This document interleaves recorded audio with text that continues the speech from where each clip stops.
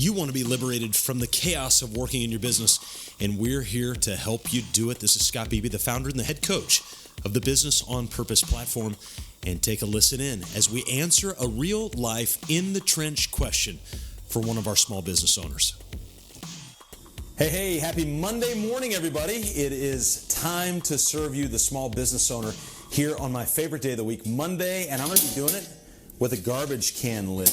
What in the heck is a garbage can lid with the logo Savannah Bananas got to do with anything? Well, I'm going to share that for you here in just a second, and I think it'll be really helpful to understand where what we do is each week on the Business on Purpose platform, as we liberate you from your chaos, is what we're trying to do is to share real life in the trench questions that we get throughout the week or that we hear through coaching sessions, whatever it may be, and then bring them to you every single week so that you've got insight, perspective on some of the real life issues that you're dealing with on a regular basis. And so we're going to be able to do that this morning. One thing we can never provide for you, and that is the implementation. That's always on you, and it's always something that you've got to pull through. So everything that we talk about here is going to be excellent, actionable stuff. And then within that, you've got to go and you've got to implement and you've got to execute. So we've got two questions today. My second question, I'm going to focus on the garbage can lid. But my first question is we're going to focus on that touchy issue of partnerships. Should I be in a partnership? If I'm in a partnership, but I can't get anything done, what should I do in that situation? My goodness, we hear this all the time, especially when people are looking to start a business. They ask us about partnerships. And the second question we're going to ask ourselves is, how do we create that customer experience where people are dying to get back into what we do? So how do they do that? How do they create that customer experience? And then the first question that we've got there, and that's what we're going to start with, is should I be in a partnership? The soft answer, the short answer, no. You know, they've heard it said before, I think it was Dave Ramsey who said it, the only ship that doesn't sail is a partnership. Am I saying that you shouldn't be in one? No, I'm not saying that at all. What I am saying is, can partnerships be challenging? Yes, they can be incredibly challenging. Can they be rewarding? Yes, of course they can. So what we've seen experientially are a couple of things. One is that the majority of the time that a partnership exists, the majority of the time, it's more harm than good. That's just what we've seen experientially. I'm not saying it's that way all the time, but if you were to ask me, hey, Scott, as a coach, when you peer inside the inside of a business, is a partnership going to be more apt for danger, distraction, disruption, those sorts of things? I'm going to tell you yes every time, because we've seen it probably the majority of the time is that partnerships tend to be. Now, there are a couple of that work, and they work really, really well, and we've worked with some of those, and there are some tenets there. And so I wanted to walk through what works really well in the setup of a partnership. So the first question you've got to ask yourself is, do we have a unified vision? Do we have a collective, detailed snapshot of what the future of this business is going to look like? And in order to be able to move forward together, not separately, not distracting, going in two separate directions or 15 separate directions, you've got to have one unified vision that you're running toward. You know, Habakkuk says it, we say it all the time around here. You write the vision down so that those who read it may run. And so if you've got a partnership where there's a collective, unified vision, where two people are going the same direction, or three people, we work with a lot of architecture firms, and so sometimes you'll get 3, 4, 5, 6 principles. We talked with one firm that had 11 architectural principles inside the firm, and I thought, me and my partner Enoch Sears just thought, no, that doesn't sound like any fun at all. So you've got to ask yourself, do you have a unified vision of where you want to go? Again, that's a detailed snapshot of the future. The second thing is you got to ask yourself, do we have a unified set of core values? Now, before you shut this thing off, remember what core values are, and then I'll get to the garbage can lid here in just a second. So what core values are is they are your curbs along the side of the road. So as you're heading down the road to your detailed snapshot of the future, your vision, right? You don't want to drive your car off the track of that road. Instead, you want to stay in bounds. Well, your core values are the curbs along that road to help you make those unified decisions. I'm not talking about core values like honesty and integrity and all of those sorts of things. I'm talking about things that are unique to you that may not be unique to me. And a great example of that is we've got one client, his core value is salty. He's salty. Well, that doesn't fit me very well, but it fits him really well. And so when he makes decisions, he happens to work in salt water. And when he makes a decision, he runs it through those core values. If you're operating in a partnership and you do not have a defined set of what we call unique core values, that is a massive danger zone, because you're making decisions on a whim. You're just making them based on what feels right in the moment, rather than a defined set of 3 or 4 or 5 principles to say yes and no with great definition. So a vision, a clear set of unique core values. The third thing that you've got to have is a clear operational structure. I want to know, if I'm a coach coming on the inside of a partnership, who's the operational number one? I want to know that. There is no co-leadership. How has that worked out for college football when you got co-head coaches? Not too well. And you don't see any of them in the NFL, because more times than not, it is cause for headache and not for great efficiency and a push towards the vision. So you got to have that collective vision, a collective unified set of core values, and then I want to know who's the number one and who's the number two. Does this mean the number one's better than the number two? Of course not. In fact, in many cases, the number two, it could be more filled with capacity than the number one. But the number one might be a better skilled number one than a number two. What the heck are you talking about? Well, let's go back to the Chicago Bulls in the 1990s. The clear number one was a Michael Jordan. But the supporting cast were incredibly impactful. Scottie Pippen, right?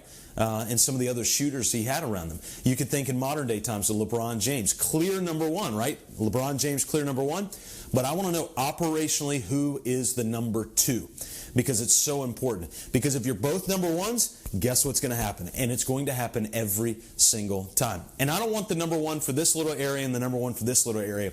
I want what we call the single point of accountability for the operational function of the business. If something goes awry in the business, I want to know who's accountable for that going awry. And that needs to be the clear, what we call number one. The CEO, managing director, whatever title you want to put on it, I don't care. The way we look at it is you got a number one and you got a number two, and you've got a whole team of people who are helping push that forward. Now, is the number one and the number two a part of the team? Of course they are. There has to be a single point of accountability when you're looking at that. A fourth thing you got to have in a partnership is a clear, defined operating agreement. There needs to be clarity. Now you could say, well, my partners, we're friends, and guys, I have seen more of these things go south, go downhill, because nobody stopped to put things in writing. It is for the benefit of you, it's for the benefit of your partner, and even more importantly than that, it's for the benefit of your family. We just had a client pass away in the last calendar year.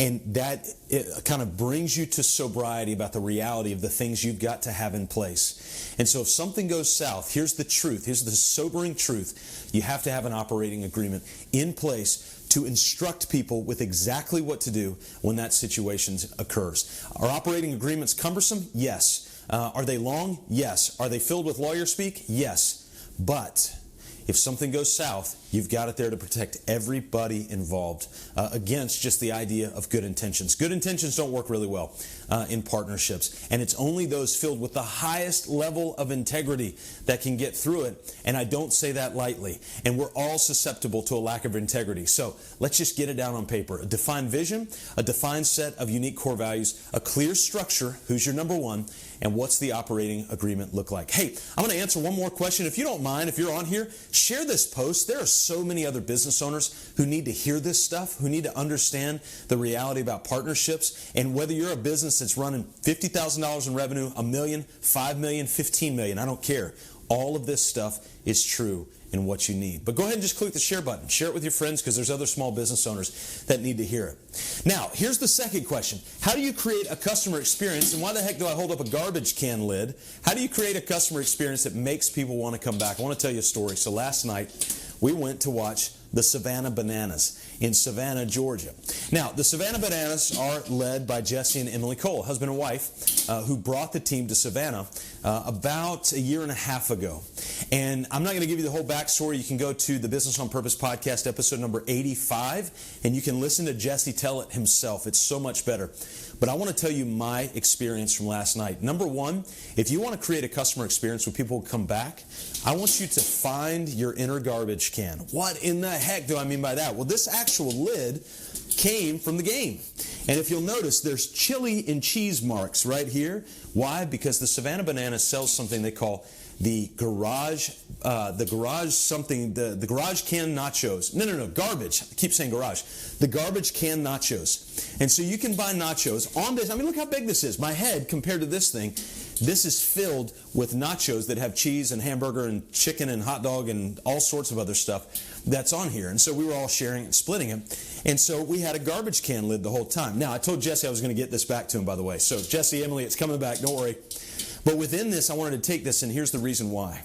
It's because the entire game, there was a guy, and he was dressed in a dark blue Bananas t-shirt and a dark blue Bananas hat. And he would walk by us. We were on the third row in general admission on the first base side. And he would walk by us, and he was smiling. And then he would walk back by us, and he was smiling. About every 15 or 20 minutes, he had a grocery cart filled with garbage. And every time he walked by, he was smiling. Every single, like he couldn't even wipe it off his face, he was smiling. When nobody was looking, he was smiling. It was like he was just happy to be hauling garbage all night. And so he would haul garbage back here. And then he would haul garbage back there. And then he'd go get some more garbage and haul it back there. And I realized, oh my goodness, the culture that Jesse and Emily have created with the Savannah Bananas team has created a culture where this guy who's hauling garbage all night in front of thousands of people, by the way, they've sold out every single game this year. It's a wooden bat collegiate league, and they sold out every single ticket this year. Savannah Bananas broke all sorts of records, and their garbage can man is smiling. And so if you want to create a customer experience where your customers want to come back, then what we've got to work on as business owners is creating that experience within our own team, even so much that the garbage can man is smiling. So what are we doing to invest in our team? It's a question I've got to ask myself. What are we doing to invest in our team? To have the people at all levels smiling and enthusiastic and so excited because of what they get to be a part of. So that's the first tip. Jesse says find your yellow tux. But I'm going to take it up a notch and say find your garbage can. Find your garbage can and figure out what that is, because when you've got that, when you are creating an atmosphere within the culture that's raising the level of your culture, and by the way, they incentivize their own people to read. Again, go listen to that at our podcast, episode 85, Business on Purpose podcast. Find your inner garbage can. And when you do that, you've created that culture internally, and then that creates enthusiasm for everybody else. I want to go because I want to see how their employees act, their staff, their team. I want to see how they respond to certain situations. And then finally, Jesse talks about all the time, do things that don't make sense. So when we were there last night, a friend of mine, Toby Minkowski, and his son, they got invited out on the field to do a father-son toss before the game. And so they literally dressed Toby's son up in a banana costume, and they dressed Toby up in a priest outfit because it's a father-son before game toss. And we asked Jesse, why'd you do that? And he goes, we don't know. It didn't make sense. But people love it. And then before the game, what they do is they take a baby less than 6 months old with the father. They come to home plate, and they play that Lion King music. You know, I don't even know the words. And the father holds the baby up and goes around to the whole stadium. And the players, every player for the Savannah Bananas is on their knees holding up their kind of magic hands or whatever they call those things around this baby. You don't think I want to go back with my family and watch that? That is hilarious. We were laughing all night. Jesse and Emily and the whole team have taken the slowest sport in the world, and they've made it exciting. And so you might have the slowest, most boring business in the world. But does that mean you have to live that way? No. You want to find your inner garbage can. You want your garbage man to smile. You want to be so excited that people at every single level smile about what you do. And so there's an opportunity for you to be able to serve the customers that you work with by doing something spectacular. Do we have this figured out? Heck no, but we're trying. We're working. That's why we go to things like this. And Jesse Cole's showing us around, and we bring a garbage can lid home. Who does that, right? Does it make sense? No, but it sure was funny, and it made for a great story. So, hey, if you don't mind, again, do you mind sharing this Facebook ad? And just push the share button. Share it with all sorts of people. If you're listening on the podcast, we're delighted to have you. Wherever you're at, head on over to mybusinessonpurpose.com August webinar, if you're listening to this, August webinar, and we've got a webinar coming up. The 3 keys for business owners to be able to gain margin in their business right away. It's going to be August 24th at the time of this recording, 2017, and you can go sign up for that. mybusinessonpurpose.com/August webinar, and you can be there, and we'll see you in a couple of weeks as you go that. So remember our talk about partnerships, but also our talk about how to create a game-changing customer experience. I'm so glad you could join us on my favorite day of the week, Monday, where we liberate you from the chaos of working in your business. Have a great week, guys. Now it's time to implement. Want more free resources to help liberate you from your chaos? Go to mybusinessonpurpose.com. We would love to have you share and write a review of this podcast. It'd be our delight, but here's the bottom line for you. It's time to implement. With all of these questions, the feedback, the insight, if you don't implement, well, it's what Joe Calloway said. Vision without implementation is hallucination. So go live out your business on purpose.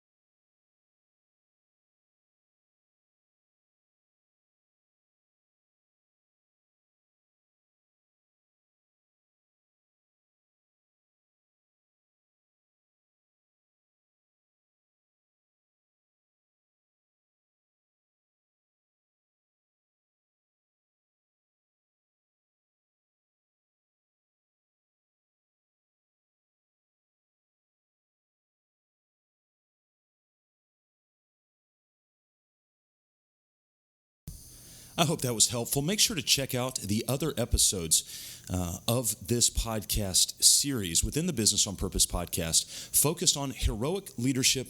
We need you to lead. So what's your one big takeaway? Why? Because we need you to lead. Hey, we're here serving people just like you, small business owners, liberating you from your chaos. Let us know how we can serve you. At the Business on Purpose platform, head on over to mybusinessonpurpose.com or 4stepstobusinessfreedom.com, all spelled out, and we'll see you there.